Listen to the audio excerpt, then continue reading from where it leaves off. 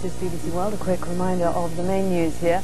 Unlawful and criminal, the British verdict on a soldier killed by US friendly fire in Iraq. The US State Department has been quick to reject the finding.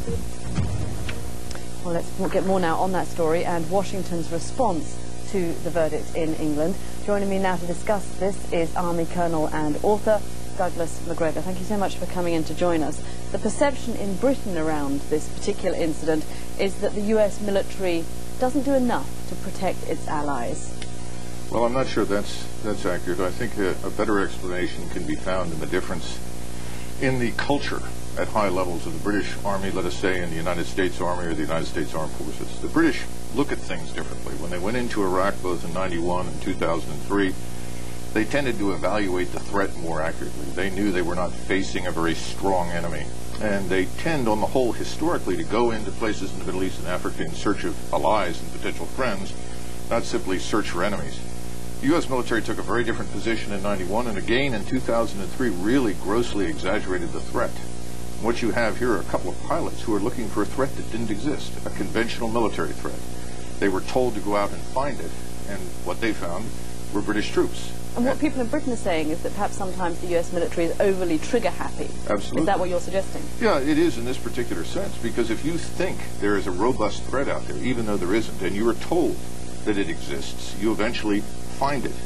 And if you're a pilot, there wasn't much for pilots to do, let's face it. There wasn't much of an enemy for the pilots to attack to begin with. If you go back to Kosovo in the air campaign, we had a similar problem where we struck civilian targets on a couple of occasions. One was a caravan of Albanians, and a different occasion a train. Once again, the pilots were told to look for something that wasn't there, and they overreacted. Do you think that the US military is doing enough to try to prevent these kind of incidents from happening again? I mean, having had this incident with this verdict in Britain, what's the process now for trying to make sure that pilots don't repeat these mistakes? Well, the American military focus historically since 91 has been on technological solutions. They will only take you so far. You've got to talk to people who are about to go into a country like Iraq and provide them with a much more balanced and accurate assessment of what they are likely to see. Otherwise, they're going to go in and assume that everyone's the enemy and shoot them.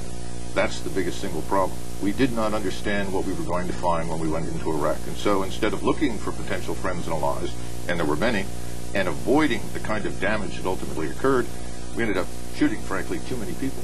You were in Iraq in 2003. Does this kind of incident cause consternation in the US military? No, I wasn't in Iraq in 2003. I was in 91. Oh, absolutely. I can't begin to tell you how terrible the people in the uniform feel. Britain is our closest ally, and we have infinite admiration for the British military. So this has really struck us very hard. Macgregor, thanks so much for coming in.